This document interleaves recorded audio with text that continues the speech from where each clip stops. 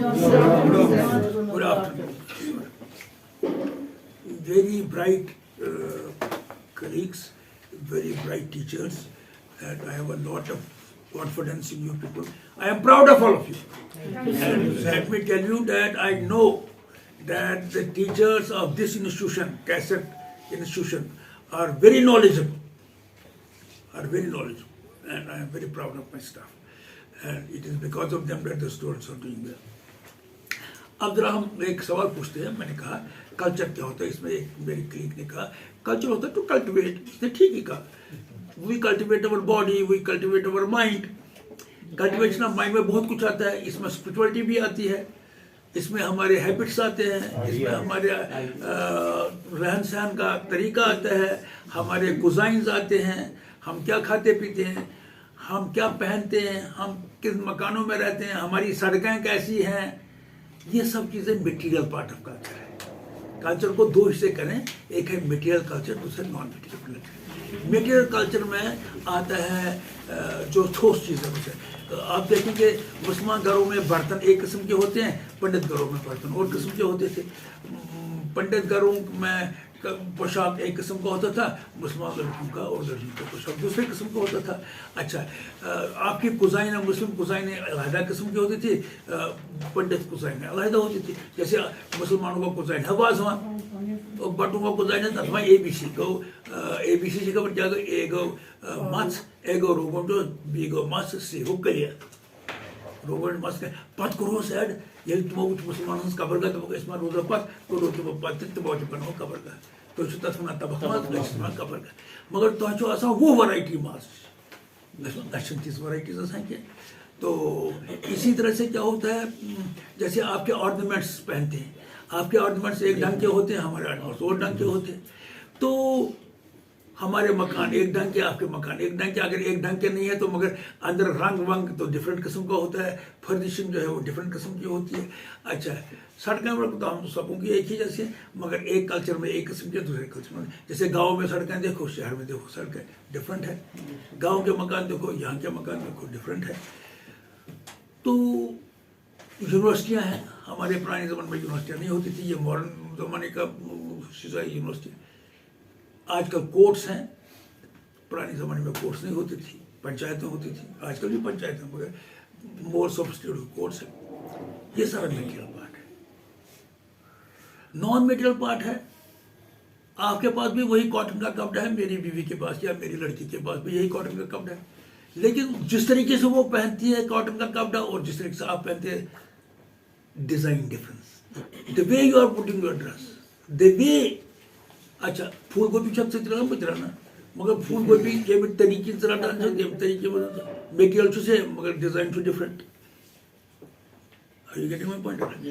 बान शो तभी मेटलिक बने मगर चाइना बान आप डिजाइन में बान आप डिजाइन. ये जो डिजाइन एलिमेंट्स हैं, design of the building, design of the dress, design of the cuisine, design of the roads, ये जो है इसको कहते हैं हम नॉन मटेरियल पार्ट. ठीक है ना. आपने जिस वक्त आपने द्रविडियन कल्चर की आप बात करते हैं, तमान तमान से पोख्त बात है ना, तिमस करान their bricks were burnt bricks, hard burnt bricks. अच्छा, उनके ड्रेनेज सिस्टम बड़ा मॉडर्न था. They were conscious of town planning. Town planning का मतलब तिमोरेस रेक्टेंगुलर ब्लॉक में पर मकान बना हुआ है, फ्रंट में भी रोड होती थी, बैक में भी रोड होती, so that ventilation would be taken care of. अच्छा, उनकी टेक्नोलॉजी ये थी कि उनके पास ब्रॉन्ज के मेटलिक मॉडल्स मिले, जिसका मतलब वो मेटलर्जी भी जानते थे, राइट, हाइजीन भी जानते थे, टाउन प्लानिंग भी जानते थे, आर्किटेक्चर भी जानते थे. तो उनके पास व्हील भी था.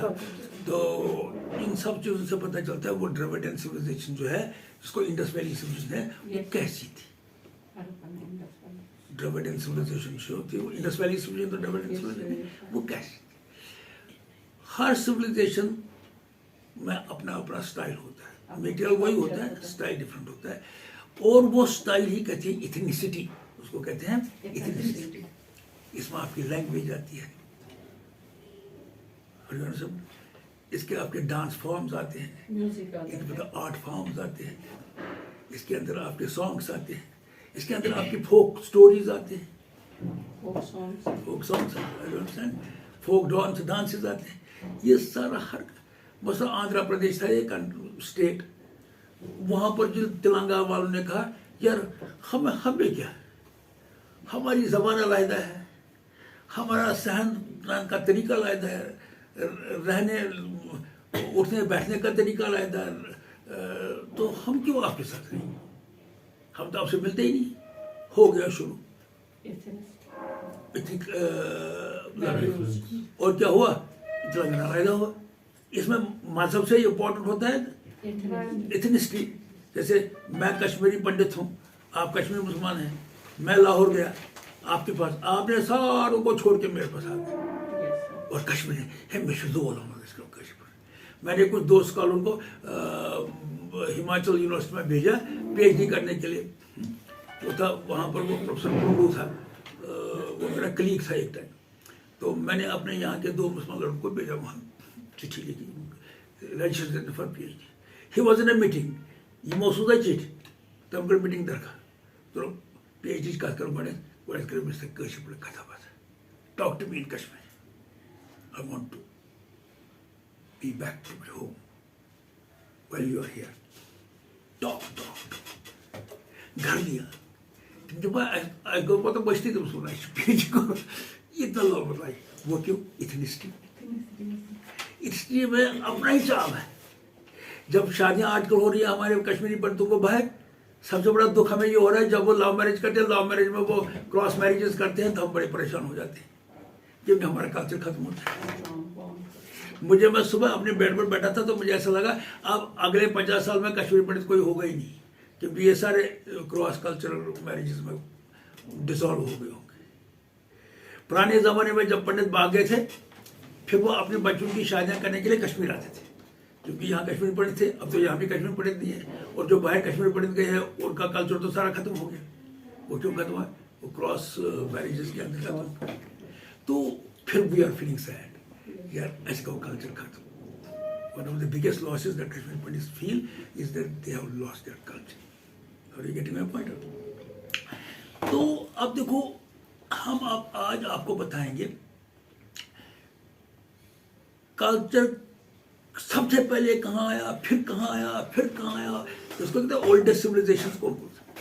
आपको पता है एक सिविलाइजेशन जो कहते हैं एजियन सिविलाइजेशन, क्या कहते हैं उसको, एजियन सिविलाइजेशन जो है, एजियन सिविलाइजेशन ये कहाँ होगी, जरा अंदाजा लगा, कोई भी अंदाजा लगाए, मैं किसी को तंग नहीं करूंगा। एजियन सिविलाइजेशन कहाँ होगी, कहाँ पर, अगर ज्योग्राफी में लोकेट करेंगे तो कहाँ होगी, कहाँ पर, एजेंसी कहाँ है, एजेंसी कहाँ है नहीं पता है।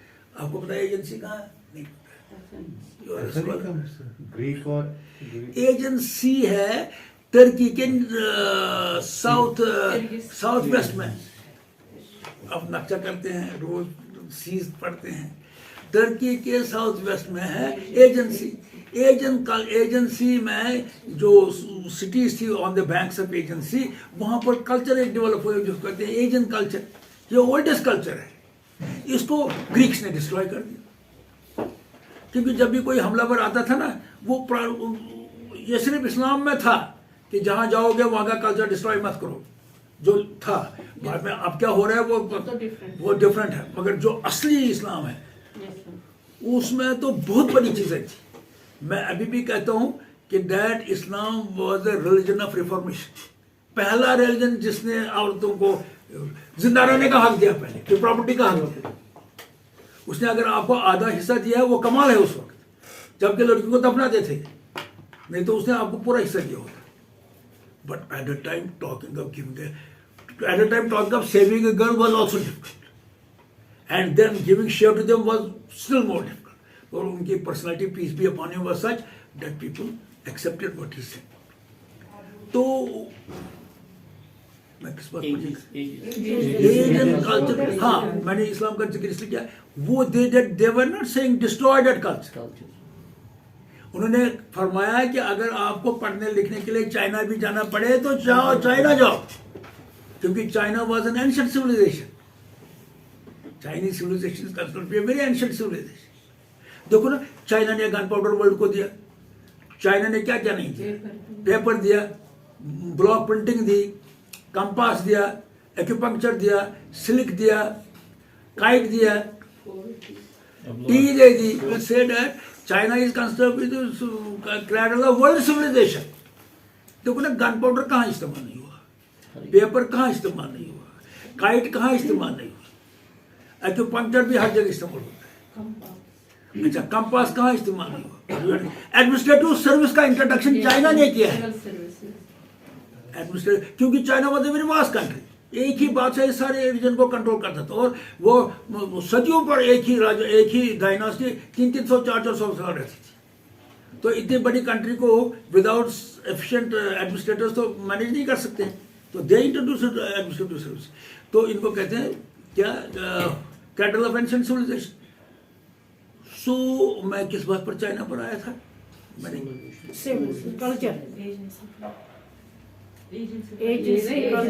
मैंने कहा इस्लाम में क्या कहते थे, कहते जहां भी आप जाओ वहां सीखो, उनके पास क्या है उसको डिस्ट्रॉय मत करो। लेकिन नॉर्मली क्या होता था, जब एक कल्चर वाले दूसरे कल्चर को अटैक करते थे उसको डिस्ट्रॉय करते थे। जब जूलियस सीजर ने इजिप्ट में आया, उसने लाइब्रेरी जलवाई, क्योंकि कल्चर का इंपॉर्टेंट हिस्सा होता है नॉलेज, नॉलेज बेस्ड होता है, जैसे knowledge gives rise to an ideology as she said. उन्होंने कहा इनकी किताबें जलाओ। नेचुरली किताबें कोई पढ़ेगा नहीं तो इस किस्म की धारा लोगों के दिमाग में नहीं आएगी, वो अपना रोमन आइडियालॉजी फैलाना चाहता था। But Islam didn't do that. So what I was trying to tell you is that normally people want that उनकी civilization ही रहे और बाकी civilization डिस्ट्रॉय हो जाए। जैसे अंग्रेजी क्या किया, उन्हें हर जगह अंग्रेजी फैलाया, आपको अंग्रेजी ड्रेस दिया, आपको अंग्रेजी टेबल और डेस्क दिए, आपको अंग्रेजी जुडिशल सिस्टम दिया, आपको अंग्रेजी एजुकेशनल सिस्टम दिया। ये यूनिवर्सिटियों में क्या है, तो उनका सिस्टम है। अंग्रेजी सड़कें और मकानों का डिजाइन दिया, अंग्रेजी फर्निशिंग दी आपके घरों में। अब जाता हूँ मैं रियासत के पास, वहाँ सोफा सेट है, वहाँ टेबल है, वहाँ छोटा टेबल भी है, हर एक चीज़ अंग्रेजों के हिसाब से। तो उन्होंने क्या किया, उन्होंने हमारा कल्चर खत्म कर दिया। हम वगों पर बैठते थे, हम जमीन पर बैठते थे, हम अभी भी वो करते हैं, लेकिन अभी भी चलते हैं।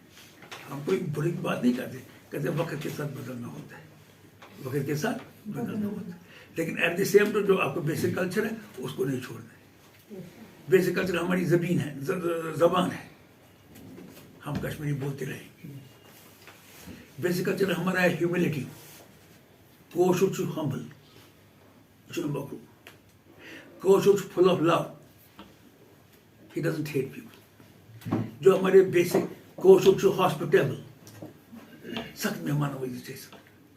अब बाहर जाएंगे वो आपको पानी का गिलास, यहाँ पर आपके पास कोई पूरा सजा के रखेंगे, चाय भी होगी, हर किस्म के बिस्किट्स होंगे, हर किस्म की वो खाने की चीज़ें होंगी। ये हमारे जीन में है। तो जो हमारे असली फितरत जो है वो हमारे बरकरार है। नो डाउट हम अंग्रेजी भी बोलते हैं, नो डाउट हम कुर्सी टेबल पर भी बैठते हैं, नो डाउट हम यूनिवर्सिटी का सिस्टम आया ये ज़्यादा एडवांस है तो हम इसको जो एडवांस सिस्टम है उनको हमने। मगर नॉर्मली क्या होता है, एक कल्चर जो स्ट्रांग होता है वो वीक कल्चर के ऊपर छा जाता है। वो स्ट्रॉन्ग कैसे बनता है, या तो उनकी पोजीशन होती है हुक्मरान की, जैसे मुसलमान आता है वो इस्लामिक कल्चर सब एडोप्ट करते हैं, वो अंग्रेज होता है सब अंग्रेजी बोलना शुरू करते हैं, वो पर्सन होता है, मेरा बाप भी फारसी बोलता था, सारे फारसी बोलते थे। मुगलों का जमाना आया, फारसी बोलना शुरू हो गया और कंपटीशन लगता था किसको अच्छा फारसी आएगा। तो जो स्ट्रॉन्ग होता है either by virtue of the position और by virtue of the inherent qualities of the culture. इस कल्चर में ही कुछ ऐसी क्वालिटीज होती है, चाहे आप हुक्मरान ना भी हो तभी वो क्वालिटीज आपके अंदर आती है। अब जो सबसे ओल्डेस्ट कल्चर है एजेंसी, ये 7000 ईयर्स का पुराना कल्चर है। 7000। इस कल्चर को किसने डिस्ट्रॉय किया? इसको ग्रीक्स ने डिस्ट्रॉय किया। अच्छा, जैसे मैंने अभी आपको कहा कि कौन आया इजिप्ट पर, किसने हमला किया? ग्रीक्स। उसका नाम क्या था? Julius Caesar. जिस वक्त जूलियस सीजर ने इजिप्ट पर हमला किया, उसने तो वहाँ की मलिका थी उसके साथ शादी की क्लोरोपेट्रा। क्लोरोपेट्रा के साथ शादी की और लाइब्रेरी चलवाई। अच्छा, इन्हीं ग्रीकों ने एशियन कल्चर में डिस्ट्रॉय किया। इंडस वैली सिविलाइजेशन किसने डिस्ट्रॉय की? आर्यंस ने। Thank you. आर्यंस ने इंडस वैली सिविलाइजेशन को डिस्ट्रॉय किया। आ गए फटाफट। मगर क्या हुआ, उन्होंने अपने फीचर समझ ली थी। जैसे we were worshippers of nature के वर्शिपर्स थे, जैसे आजकल आपका एनवायरमेंटल सिस्टम वापस आ गया। They were the worshippers of environment, life giving source, air, water, fire, earth, forest, mountain, ये सारे इनको वर्शिप। मगर कॉमन मैन को वर्शिप करवाते थे, पता है क्यों? उनको ये नहीं पता होता था हम क्यों वर्शिप करते। कहते इसमें खुदा है, इसमें आपको जन्नत मिलेगी। क्योंकि जिस वक्त हम उनको कहते हैं इसमें जन्नत मिलेगा, तो वो ये काम करते हैं। अगर हम उनको इसी फिलॉसफी समझाएंगे फिर वो काम नहीं करेंगे। जैसे लॉज बन गए हैं कि जो एनिमल्स एक्सटिंक्ट होते हैं उनको प्रोटेक्ट करो। चोरी सब शेरों को मारते हैं ना, बर्ड्स को मारते हैं। मैं भी कहता हूँ या तो कुछ पछना मामे गो एजुकेटेड ना। मगर अगर मैं पता है इसी चुकाना then I will not touch it. So उनको कहते थे दरख्त को काटना गुनाह है, इसको पूजा करो। पहाड़ को काटना गुनाह है, इसको पूजा करो। पानी को गंदा करना गुनाह है, पानी को पूजा करो। और उनसे जमीन को पोल्यूट करना गुनाह है, जमीन। सो इस तरह से कॉमन मैन जो है वो, जैसे मुझे माइंड में आया कि मैं दुनिया में थूक डालूंगा, मगर मुझे बताया गया था रनिंग वाटर में थूक नहीं डालनी चाहिए, वो गुनाह है, तो मैं हट गया एज अ स्मॉल बॉय। तो इस तरह से जो ऐसी चीज़ें हमको मजहब के साथ जोड़ते थे, तो फिर हम उससे बचते थे और हम ऐसे गुनाह नहीं करते। तो what I was trying to tell you is that Aryans came here and destroyed the Indus Valley civilization. उन्होंने क्या किया? उन्होंने द्रविडियंस को साउथ की तरफ धकेला, और सारे अच्छे काम अपने को लिए। जैसे ब्राह्मण सबसे टॉप है जी, ब्राह्मण, वो भी आर्यन ही बन गया। अच्छा, नेक्स्ट है आर्मी वाला, डिफेंस, वो भी अपने पास ही रखा। थर्ड है खत्री, बिजनेस वाला, वो भी अपने पास ही रखा। फोर्थ है जो सब उनकी खिदमत करे, वो बन गए, जिनको कि वो द्रविडियंस बन गए, जिनको की शिकस्त दी। तभी वो फूले जी कहता है, कौन? महात्मा फूले कहता है, अरे तुम क्या अंग्रेजों को कहते यहाँ से जाओ, तुम लोग भी जाओ, तुम भी बाहर से ही आए हो। असली रहने वाले तो हम द्रविडियंस हैं। The real owners of India are Dravidians. आप आ गए और आपने हमारे ऊपर हमला किया। आप अंग्रेजों को कहते आप जाओ, मैं कहता हूँ आप भी जाओ।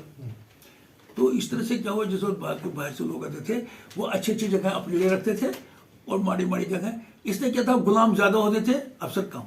4 लाख थी टोटल पॉपुलेशन एथेंस की, जिसमें 1.5 लाख था मतलब सिटीजन और 2.5 लाख था स्लेव्स।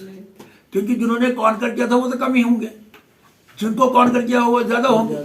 उनको राइट टू लिव था ही नहीं, उनको सिटीजनशिप राइट ही नहीं थे, कुछ नहीं था। तो इस तरह से क्या हुआ कि डेट एक स्ट्रॉन्ग पोजीशन में अगर एक कल्चर होता है, वो कमजोर लोगों के कल्चर को ओवरपावर करने की कोशिश करता है। अच्छा, दूसरा कल्चर चाइनीज ओल्डेस्ट कल्चर है। चाइनीज 5000 ईयर्स ओल्ड कल्चर है। Indian culture 3000 years old culture है। और मुझे लगता है द्रविडियन कल्चर भी उससे चुका हुआ है। क्या चुका? अच्छा, दबा हुआ द्रविडियन कल्चर उससे, इंटरनेट तो दिखाता है द्रविडियन कल्चर बाद में, मगर मुझे लगता है Dravidian culture should have been older. Sir, older और लैंग्वेज भी द्रविडियन से ही शुरू हो गई सर। लैंग्वेज का कॉन्सेप्ट भी द्रविडियन से। Then you agree with me that it must be an older culture. अच्छा, इजिप्शियन कल्चर, आपको मेडिटेरेनियन में एक जगह आइलैंड है जो कहते हैं क्रीट। क्रीट का कल्चर भी बड़ा स्ट्रॉन्ग था, एंशिएंट था, बल्कि वो इजिप्शियन कल्चर से भी ओल्डर है। अच्छा, इजिप्ट को एक एडवांटेज थी, पता है क्या एडवांटेज थी? इजिप्ट को एडवांटेज थी कि डैट ये जो ग्रीस है ना, ग्रीस, अगर आपको नक्शा याद होगा तो ग्रीस को मेडिटेरेनियन सी से थोड़ा ही डिस्टेंस क्रॉस करना है तो इजिप्ट पहुंचेगा। तो they were directly in touch with Egypt. तो ग्रीक इन्फ्लुएंस इजिप्ट में काफी था। आपको एक कंट्री बताओ कौन सी है जिसका नाक नक्श उंगली ये हाथ जैसा है और कंट्री उंगलियों की तरह आगे चल फैल रही है? कौन सी कंट्री है? नहीं ध्यान में? ग्रीस है। ग्रीस का शक्ल देखो तुम, ग्रीस का ऐसा लगता है एक पंजा, और इस तरह से अंदर इंडियन मिड ओशन में इस तरह से लैंड मास उंगली की तरह आगे फैला है। वही उंगलियां जो है ना वो ग्रीस की, वो इजिप्ट की तरफ भी पॉइंट आउट करती है। इसी तरह से देखो ना, अलेक्जेंड्रिया कहाँ बना? Where was Alexandria? नहीं पता। Alexandria was in Egypt. Alexandria एक लाइब्रेरी थी। Alexandria. अलेक्जेंडर तो पोर्ट भी है, मगर ये हम करते हैं अलेक्जेंड्रिया लाइब्रेरी की बात, जो कि अलेक्जेंड्रिया सिटी में बनी। ये अलेक्जेंडर के नाम पर बनी। और ये लाइब्रेरी किसने बनाई? ये लाइब्रेरी बनाई टॉलमी ने। Ptolemy first built of this library. और इस लाइब्रेरी में यूक्लिड पढ़ाता था। यूक्लिड, इसको पता है यूक्लिड कौन था? इसका परदादा था। यूक्लिड वहां पर ज्योमेट्री पढ़ाता था। Euclid is considered to be the founder of geometry, plane geometry. और उसको अटेंड करने के लिए आर्किमिडीज होता था। Archimedes was a student of Euclid. Archimedes would be studying in Alexandria library. Not only that, Aristotle was studying in this library. अब ऐसे ऐसे बड़े आदमी यहाँ पढ़ते थे, तो आप समझ सकते हैं ये अलेक्जेंड्रिया लाइब्रेरी कितनी इंपॉर्टेंट, वेरी इंपॉर्टेंट। ऐसी एक लाइब्रेरी बनाई थी किसने? हजरत मूसा ने। कहाँ पर बनाई थी? माली में। वो माली का बादशाह था। उसने माली में एक बड़ी भारी इस्लामिक लाइब्रेरी बनाई थी, जहाँ वर्ल्ड के जो स्कॉलर्स, मुस्लिम स्कॉलर आके पढ़ते थे। उसने ज़कात में सोना इतना दिया कि सोने का भाव कम हो गया। ऊंटों पर सोना ला के ज़कात में देता था। तो खैर, आपका टाइम अप हो गया। अब हम कल मिलेंगे, मगर मुझे लगता है कि वी एंजॉय दिस सेशन।